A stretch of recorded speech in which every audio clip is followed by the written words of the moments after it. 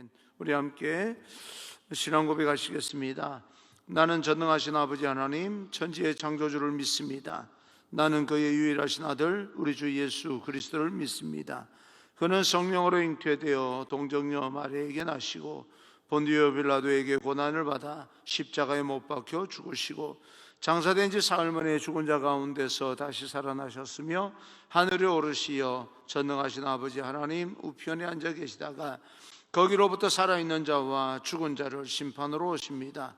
나는 성령을 믿으며 거룩한 공교회와 성도의 교제와 죄를 용서받는 것과 몸의 부활과 영생을 믿습니다. 아멘. 오늘 선포되어질 하나님의 말씀은 출애굽기 28장 1절에서 14절까지 말씀입니다. 출애굽기 28장 1절에서 14절까지 말씀을 제가 봉독해 올리겠습니다.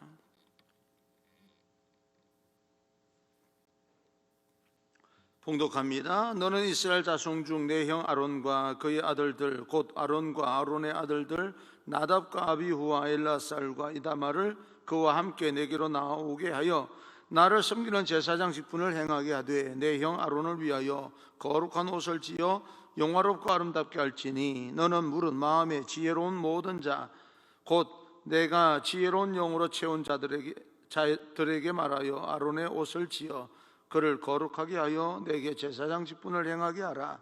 그들이 지을 옷은 이러하니 곧 흉패와 에봇과 겉옷과 반포 속옷과 관과 띠라. 그들이 내 형 아론과 그의 아들들을 위하여 거룩한 옷을 지어 아론이 내게 제사장 직분을 행하게 하라.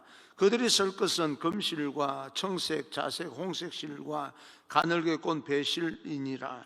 그들이 금실과 청색, 자색, 홍색 실과 가늘게 꼰 배실로 정교하게 짜서 에봇을 짓되 그것에 어깨바지 둘을 달아 그 두 끝을 이어지게 하고 에봇 위에 매는 띠는 에봇 짜는 법으로 금실과 청색, 자색, 홍색 실과 가늘게 꼰 배실로 에봇에 정교하게 붙여 짤지며 호마노 2개를 가져다가 그 위에 이스라엘 아들들의 이름을 새기되 그들의 나이대로 6 이름을 한 보석에 나머지 6 이름은 다른 보석에 새기라. 보석을 새기는 자가 도장에 새김같이 너는 이스라엘 아들들의 이름을 그 두 보석에 새겨 금태에 물리고 그 두 보석을 에봇의 두 어깨 바지에 붙여 이스라엘 아들들의 기념 보석을 삼되 아론이 여호와 앞에서 그들의 이름을 그 두 어깨에 메워서 기념이 되게 할지며 너는 금으로 태를 만들고 순금으로 녹건처럼 두 사슬을 땄고 그 따은 사슬을 그 태에 달지니라. 아멘. 오늘도 하나님의 큰 은총이 여러분 한 사람 한 사람과 함께 하기를 간절히 축복합니다. 오늘 읽은 말씀을 통하여서 제사장의 옷에 대해서 우리 함께 나눔을 갖겠습니다. 성막과 그것에 필요한 기구들을 하나님께서 지시한 대로 다 이렇게 만들어 나갑니다. 그러나 그 성막을 만드는 것보다 더 중요한 것은 이제 사람을 세우는 일입니다. 모든 것을 준비하는 것은 결국 이 성막을 만들고 또 여러 가지 모든 것을 준비했던 것은 결국은 사람을 위해서 준비한 겁니다. 사람이 성막을 위해서 있는 것이 아니고 성막이 사람을 위해서 준비되어진 겁니다. 이제 하나님은 사람을 세우시는데 그 중에 제사장을 세우는 그런 하나님의 방법을 말씀하고 계십니다. 사람을 어떻게 세울 것인가? 1절입니다. 1절 너는 이스라엘 자손 중 내 형 아론과 그의 아들들 곧 아론과 아론의 아들들 나답과 아비후와 엘라살과 이다말을 그와 함께 내게로 나오게 하여 나를 섬기는 제사장 직분을 행하게 하되 너는 이스라엘 자손 중에 따로 사람을 세워라. 하나님의 일꾼은 하나님이 세우시는 겁니다. 사람이 세우는 것처럼 보여도 결국은 하나님의 사람들은 하나님께서 세우시는 것이고 하나님께서 사람들을 선택하는 것이지 사람이 하나님을 선택하는 것이 아닙니다. 그러므로 여러분들은 하나님의 선택을 받은 사람들이고 하나님의 부르심을 받은 사람들입니다. 그런 믿음의 자부심을 가지고 자긍심을 가지고 사셔야 됩니다. 나는 하나님께서 부르신 사람이다. 여러분, 일하고 싶다고 해서 하나님의 제사장으로 세움을 받아야 하고 그렇게 되는 것이 아닙니다. 하나님이 특별한 일을 위하여서 필요한 사람을 세우시는 것을 볼 수가 있습니다. 그래서 준비하는 기간이 있고 쓰임받는 그런 기간이 있는 것입니다. 여러분이 준비를 하고 사람들을 통해서 쓰임을 받기 위해서 부르신 것처럼 보였다 할지라도 그것은 사람들을 통하여 하나님께서 부르신 것이지 사람들이 부른 것이 아닙니다. 그리고 쓰임 받기를 원한다면 하나님께서 그 기간 동안 쓰시는 것이지 우리가 하고 싶어서 하는 것도 아닙니다. 투표를 통해서 장로를 세웠습니다. 사람들이 투표해서 세운 것처럼 보이지만 그러나 하나님께서 세우신 겁니다. 왜요? 일정 기간 동안 하나님의 교회를 위해서 그를 쓰시기 위해서 세우신 겁니다. 쓰임 받고 있는, 계속해서 이전에 부르심을 받아서 쓰임 받고 있는 사람이 있다면 그 일에 대해서 최선을 다하시기를 바랍니다. 그리고 또 연말이 되었기 때문에 속장으로 부르심을 받든지 또 여러 가지 일꾼으로 부르심을 받았다면 그건 사람을 통하여서 부르신 것처럼 보이지만 하나님께서 부르신 겁니다. 최선을 다해서 준비하시고 꿈을 가지고, 하늘의 꿈을 가지고 쓰임받는 사람이 되기를 간절히 소망합니다. 하나님께서 그렇게 부르시고 세우셨다면 우리 생각과는 전혀 다르게 그 일을 감당할 수 있는 능력도 하나님께서 주신다, 그렇게 믿으시기 바랍니다. 하나님은 제사장 직분을 감당하게 하기 위해서 아론과 나답과 아비후, 이다말을 따로 세우게 됩니다. 제사를 드릴 때 제물도 굉장히 중요합니다. 하나님께서 제물을 받으십니다. 성소도 중요합니다. 성막도 중요합니다. 제사장이 그런데 그런 모든 것들이 다 중요하지만 그 중에 가장 중요한 것이 사람 제사장입니다. 뜻이 분명하고 하나님의 마음을 아는 사역자 한 사람으로 인하여서 공동체가 살아날 수가 있습니다. 우리가 하나님의 백성들을 향한 마음이 어떠냐에 따라서 그 공동체가 살아날 수가 있기 때문에 사역자 한 사람이 중요합니다. 여러분, 목사도 마찬가지입니다. 목회자를 위해서 교인들이 있는 것이 아닙니다. 교인들을 위해서 목회자가 있는 것입니다. 교인들이 없다면 목회자가 필요가 없습니다. 그런 면에서 사람을 세운다라고 하는 것은 또 다른 사람들을 위해서 세운다라고 하는 것이죠. 어찌됐건 제사장의 그런 측면에서 제사장의 이 직분의, 제사장 직분의 핵심은 먼저 하나님을 섬기는 사람이 되어야 된다. 하나님께 부르심을 받았기 때문에, 하나님께로부터 부르심을 받았다면 철저하게 하나님을 섬기는 사람이 되어야 된다. 다시 말하면 하나님과 깊은 관계의 사람이 되어야 된다. 하나님의 마음을 아는 사람, 그죠?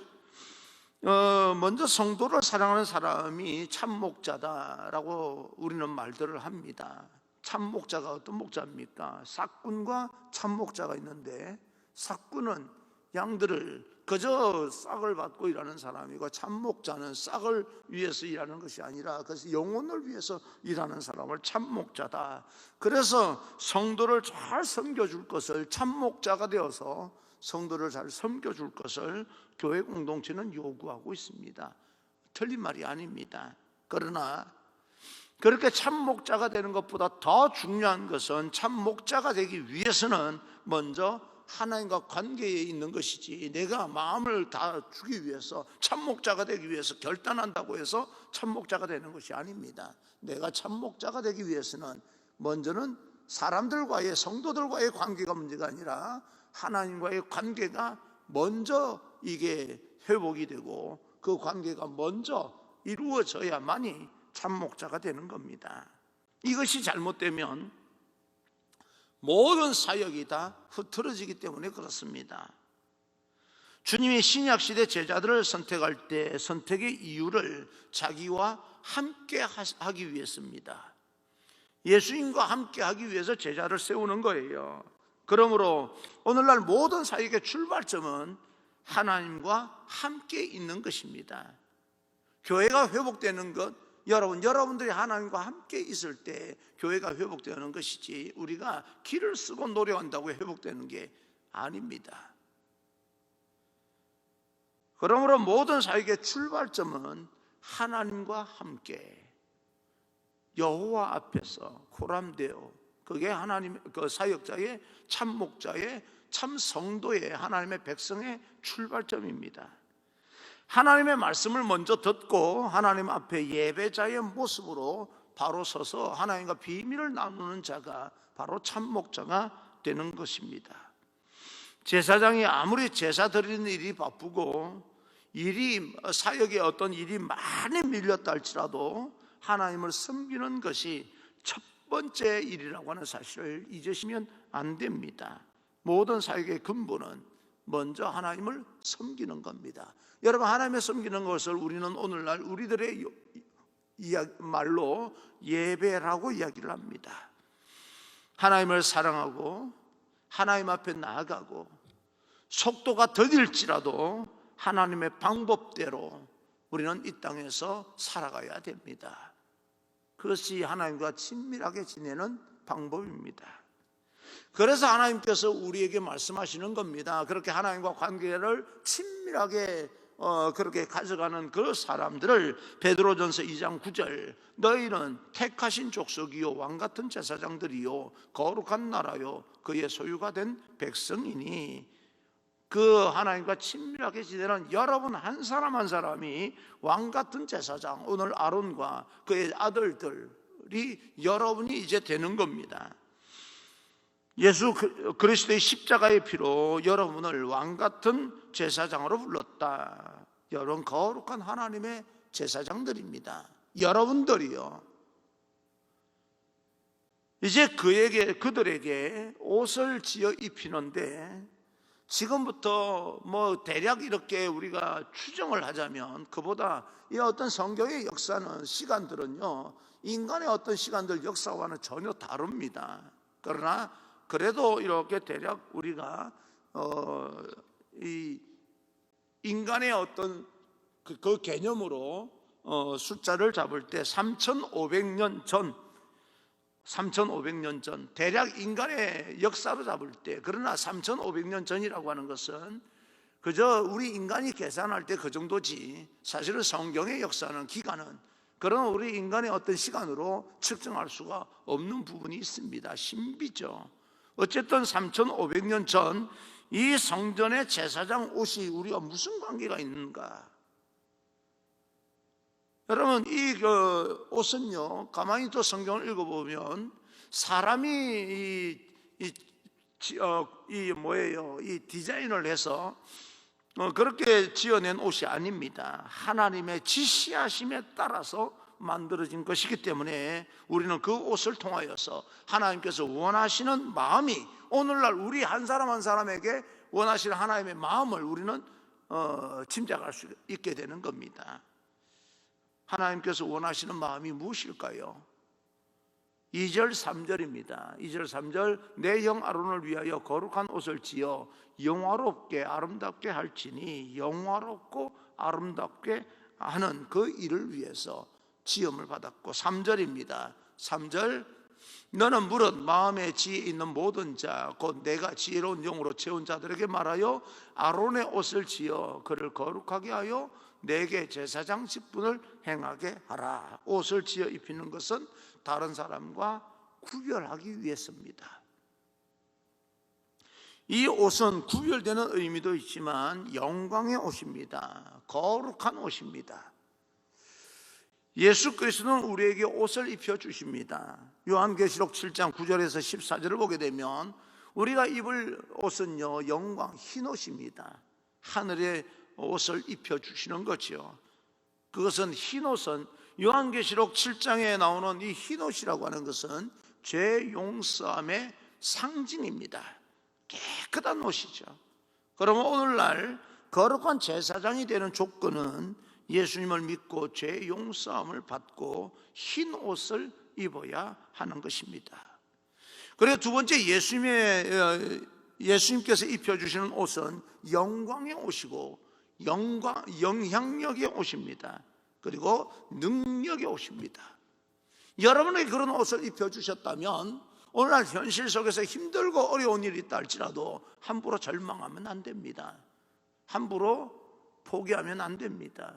우리에게는 헤쳐나갈 수 있는 능력이 있습니다. 그런 능력의 옷을 예수님께서 오늘날 우리에게 입혀주셨다는 겁니다. 여러분, 나는 옛날부터 이렇게 살았기 때문에 나는 이렇게 약할 수밖에 없어, 천만에 그렇게 생각하시면 안 됩니다. 여러분이 과거부터 그렇게 살았기 때문에 나약하고 패배주의에 빠져있다 할지라도 하나님께서 예수 그리스도의 보혈의 피로 말미암아 흰 옷을 입혀주셔서 영화롭게 만드시고 거룩하게 만드시고 능력 있게 만드시고 영향력을 끼치도록 만드셨기 때문에 우리는 우리의 마음먹기 달렸습니다. 옷은 입었고요. 이제는 내가 어떻게 마음을 먹고 도전하느냐에 따라서 달라지는 것이지, 우리가 그저 현상을 보면서 과거부터 그렇게 살았기 때문에 절망을 하고 과거부터 그렇게 살았기 때문에 좌절하고 그런 패배주의에 젖어 있으면 안 됩니다. 아무리 현상이 힘들고 어렵다 할지라도 하나님께서 내게 옷을 입혀주셨다라고 믿으시고 힘들고 어렵더라도 일어서서, 늘 여러분에게 말씀드리지만 비틀거리더라도 한 걸음 한 걸음 나아가셔야 합니다. 왜냐하면 우리에게는 하나님께서 극복할 수 있는 능력을 주셨기 때문에 그렇습니다.